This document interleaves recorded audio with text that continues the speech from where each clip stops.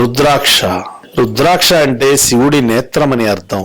సతీదేవి అవమానం తట్టుకోలేక తండ్రి అయిన దక్ష ప్రజాపతి గృహంలో అగ్ని ప్రవేశం చేసి తనువు చాలించిందన్న వార్త విన్న శివుడు రుద్రుడై రుద్రతాండవం చేశాడు.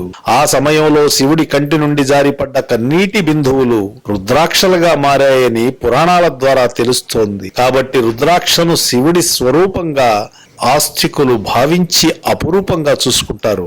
అయితే ఈనాడు రుద్రాక్ష ధారణ ఒక ఫ్యాషన్ గా మారిందన్నది పచ్చి నిజం.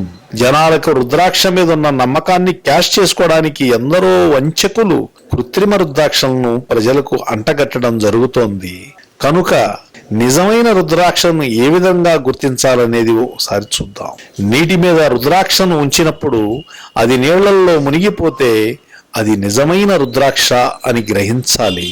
ఒరిజినల్ రుద్రాక్షను 5 గంటల పాటు వేడి నీటిలో ఉంచి మరగపెట్టినా కూడా దెబ్బతినదు.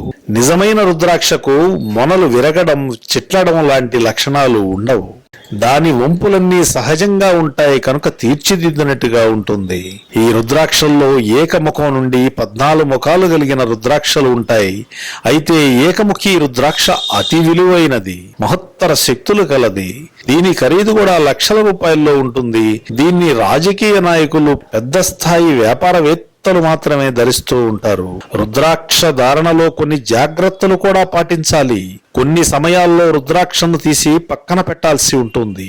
అదెప్పుడు అని పరిశీలిస్తే నిద్రించేటప్పుడు, శ్మశానాలకు వెళ్లేటప్పుడు, బాలింత స్త్రీలను పురిటి సమయంలో ఉండగా చూడడానికి వెళ్ళినప్పుడు, స్త్రీలతో ఉన్నప్పుడు, చనిపోయిన వారి బంధువుల్ని పరామర్శ చేయడానికి వెళ్ళినప్పుడు ఈ రుద్రాక్షను దేవుడి పటాల దగ్గర పెట్టి వెళ్ళాలి. ఈ కార్యాలు పూర్తయిన తర్వాత పరిశుభ్రంగా స్నానం చేసి తిరిగి రుద్రాక్షను ధరించాలి. రుద్రాక్షకు మహత్తు మాత్రమే కాదు, రసాయనికంగా కూడా కొన్ని ప్రయోజనాలున్నాయి. రుద్రాక్షని కాల్చి ఆ భస్మాన్ని ఆయుర్వేద, సిద్ధ, అల్లోపతి మందుల తయారీలో వాడతారు. నెలకి ఒకసారి రుద్రాక్షను నెయ్యి లేదా ఆవ నూనెలో ముంచి తీస్తే అది పగలకుండా ఉంటుంది. అస్సాం ప్రాంతంలోని గిరిజనులు ఈ రుద్రాక్ష పళ్లను సేకరించి ఆహారంగా స్వీకరిస్తారు. రుద్రాక్ష పళ్ళు రేగు పళ్ళలా పుల్లగా రుచిగా ఉంటాయి. పండులోని గుజ్జుని తిని గింజను అనగా రుద్రాక్షని పారేస్తారు ఆ గిరిజన ప్రజలు. భారతదేశంలో బెంగాల్, అస్సాం, ఉత్తరప్రదేశ్, కర్ణాటక ప్రాంతపు అడవుల్లో కూడా ఈ రుద్రాక్ష వృక్షాలు పెరుగుతున్నాయి. ఏకముఖి రుద్రాక్షను శివుని స్వరూపంగా భావిస్తారు.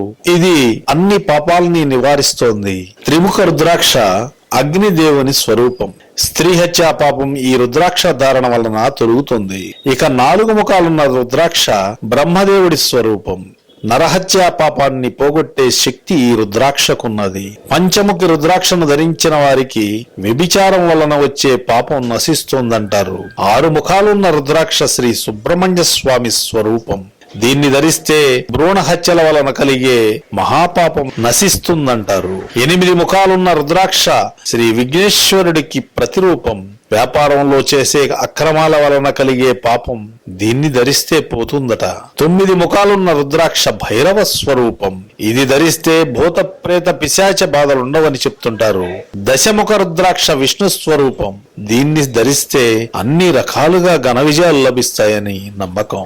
రుద్రాక్ష ధారణ భౌతికంగా ఆరోగ్యకరం, ఆధ్యాత్మికంగా సర్వ పాప హరణం. ఇలాంటి మహత్తు గల రుద్రాక్షల్ని సేకరించి ధరించిన ఎడల అన్ని రకాలుగా మేలు జరుగుతుందని చెప్తుంటారు మన పెద్దలు.